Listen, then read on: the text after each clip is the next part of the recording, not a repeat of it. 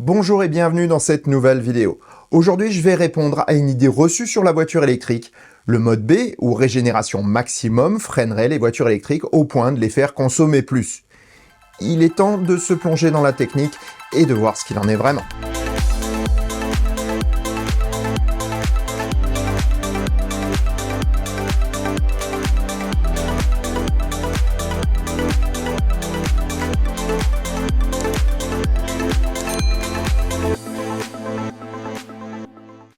Pour commencer cette vidéo, je vous invite tous à vous abonner au Choucroute Garage parce que il y aura plein de nouvelles petites vidéos, plein de petits trucs et astuces et des nouvelles rubriques. Donc, comme dit, abonnez-vous, vous verrez, si vous vous intéressez à la voiture électrique, vous allez être servi niveau technique.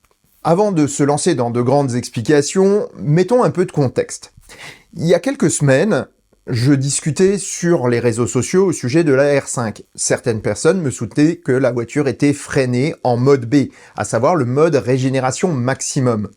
Sachez que mode B ou niveau de régénération, ça change rien, c'est exactement la même chose, tout comme d'autres éléments dont on parlera plus tard. Alors, d'où vient cette mauvaise interprétation? Eh bien, je vous propose de le découvrir d'abord par un test dans la vie réelle avec notre R5, pour pouvoir constater qu'effectivement, le mode B semble freiner la voiture. Allez, c'est parti. Bien, alors pour l'instant, je suis en mode régénération. Donc je régénère doucement, mais vous voyez, on peut le doser à la pédale, c'est très bien. Et vous avez la possibilité d'aller jusqu'au maximum de régénération. Donc là, je suis en mode B. Je bascule en mode D. Et, elle accélère. Ah bah oui. Ah bah oui. Ah oui, le mode B freine bien. Mais voilà, vous voyez que effectivement, on a l'impression que la voiture est freinée en mode B alors qu'elle ne l'est pas en mode D. Donc qui est la régénération la plus faible possible. De la même manière, vous verrez qu'on rencontre exactement la même chose en éco, en confort ou en sport. Donc quand on va changer le mode, on va avoir cette impression de retenue ou cette impression d'accélération. Eh bien, vous verrez que c'est exactement la même chose au niveau technique. Voyons comment ça se fait. Nous allons faire une simplification à outrance et voir ce qui se passe dans le moteur électrique lorsqu'on ralentit ou qu'on accélère. Je vais prendre l'exemple du moteur synchrone à aimant permanent. Le principe reste toutefois le même dans un moteur à induction. Dans une voiture comme la R5, le champ magnétique du stator tourne à la même vitesse que le rotor. C'est ce qu'on appelle un moteur synchrone pour cette raison.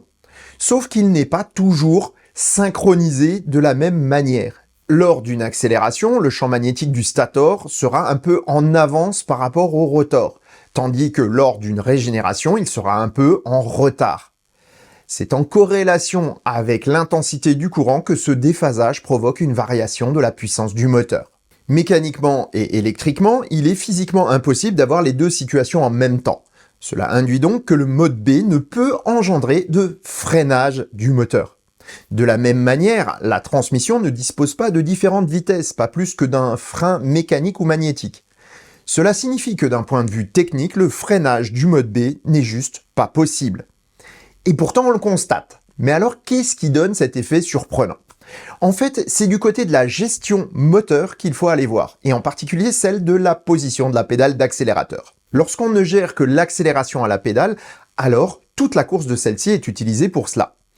Dans les anciennes autothermiques, c'était plutôt linéaire. Mais depuis que les commandes électroniques sont arrivées, on a plus affaire à des courbes. L'accélération n'est plus directement corrélée à la position de la pédale, mais à la réponse logicielle liée à celle-ci. La position de la pédale est envoyée toutes les quelques millisecondes à l'ordinateur de bord qui lui va envoyer une réponse qui peut être différente en fonction du mode de conduite et en fonction du mode de régénération. Avec le mode éco par exemple, l'ensemble de la course de la pédale ne joue que sur 50% de la puissance environ. Pour le mode confort, c'est plus de 80%, tandis que le mode sport joue sur 100% de la puissance et dans certaines voitures, même pas sur la totalité de la course de la pédale. Ainsi, les modes rendent la pédale plus ou moins sensible et une position donnée de celle-ci ne donne pas le même résultat au niveau de la commande du moteur. C'est exactement pareil pour le mode B. Car en plus de gérer la puissance à l'accélération, la pédale d'accélérateur devra aussi gérer la puissance de régénération. La première partie de la course de la pédale est donc dédiée à gérer la régénération et l'autre est dédiée à l'accélération. En passant de B en D, on passe donc d'une position où on est à vitesse constante pour une position d'accélération donnée. Lorsqu'on va passer en D, cette position correspond à autre chose que lorsqu'on est en mode B. Du coup, c'est ce qui donne l'illusion de cette accélération et de ce phénomène de freinage du mode B. Alors en fait, regardez ce qui se passe. Regardez bien là.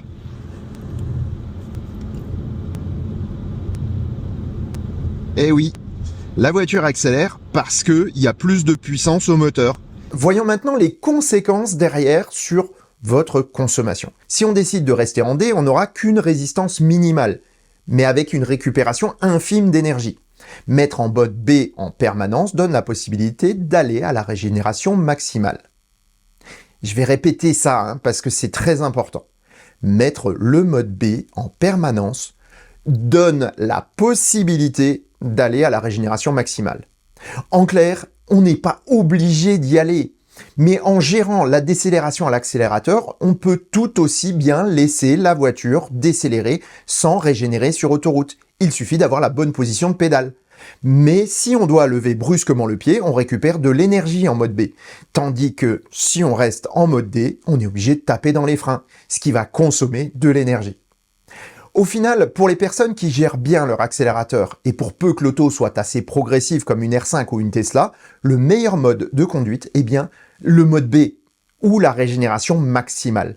C'est celui qui consommera le moins dans toutes les circonstances. De plus, une fois qu'on l'a bien maîtrisé, il sera bien plus agréable. Les palettes au volant et autres gadgets sont généralement là pour pallier à une mauvaise gestion de la position de pédale. Cela permet de s'adapter à la conduite de chacun, mais ne sert que rarement sur le long terme, une fois qu'on a trouvé les bons réglages qui nous conviennent le mieux. De la même manière, les modes de conduite sont aussi limitants et ne permettent que de régler le ressenti qu'on a à la pédale, et rien de plus. La gestion moteur n'en est pas altérée et une bonne utilisation de la pédale d'accélérateur sera toujours mieux qu'une réponse logicielle illusoire.